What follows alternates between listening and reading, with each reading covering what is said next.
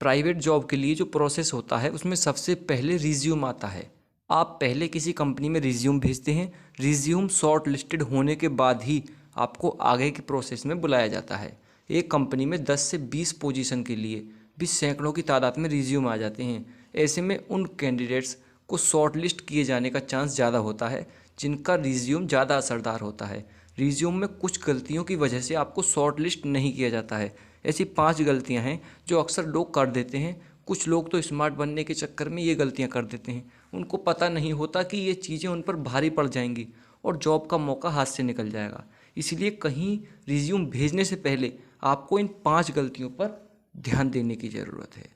Number first, लंबी चौड़ी personal details. ध्यान रखें, रिज्यूम आपके बारे में होता है, उसमें अपने से संबंधित जानकारी दें। कुछ लोग पिता की जानकारी भी दे देते हैं जो गलत है। रिज्यूम में सिर्फ पिता का नाम लिख सकते हैं, बाकी उनसे जुड़ी कुछ ज़्यादा जानकारी मत दें। रिज्यूम में आपका प्रोफेशनल एक्सपीरियंस होना चाहिए, पर्सनल एक्सपीरियंस नहीं। एड्रेस, कॉन्टैक्ट नंबर और ईमेल आईडी तक ही पर्सनल जानकारी काफ़ी है। नंबर 2 पॉइंट है गलत शब्द। रिज्यूम में जो कुछ भी शब्द लिखते हैं उसे नाप तोल कर लिखें। शब्दों का चयन अच्छा होना चाहिए। साथ ही यह ध्यान रखना चाहिए कि आपको रिज्यूम में स्पेलिंग वगैरह की किसी तरह की गलती ना हो। इन गलतियों से गलत इंप्रेशन पड़ा है। रिज्यूम कहीं भेजने से बेहतर है कि उसे एक बार अच्छी तरीके से पढ़ लें। स्पेलिंग और ग्रामेटिकल मिस्टेक को अच्छी तरीके से चेक कर लें। नंबर 3 पॉइंट है झूठा इंप्रेशन जमाने की कोशिश। तो देखिए, आपके रिज्यूम में साफ तस्वीर नज़र आनी चाहिए। कुछ लोग इंप्रेशन जमाने की कोशिश में वे खूबियाँ लिख देते हैं जो उनके अंदर नहीं है, या जो काम नहीं किया है उसका भी अनुभव लिख देते हैं। रिज्यूम में हमेशा आपको सही लिखना चाहिए। अगर आप अपनी खूबियाँ लिख रहे हैं तो आपको अपनी खामियाँ भी लिखनी चाहिए, इसका सही असर पड़ता है। नंबर 4 पॉइंट है सही ईमेल एड्रेस इस्तेमाल नहीं करना। कुछ लोग ईमेल आईडी सही नहीं बनाते।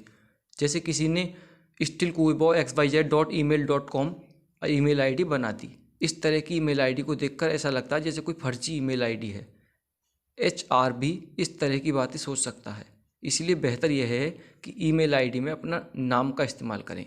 साथ ही कुछ नंबर का भी इस्तेमाल कर सकते हैं, जैसे harshad.ehlawat254@gmail.com।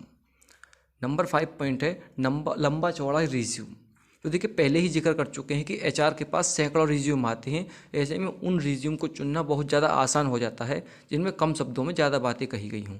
लेकिन अक्सर लोग स्मार्ट बनने के चक्कर में फिजूल की डिटेल्स डाल देते हैं कि HR पर इंप्रेशन जमेगा, लेकिन ऐसा होता नहीं है। लंबा चौड़ा रिज्यूम होने पर HR के लिए उसको पूरा पढ़ना मुश्किल हो जाता है।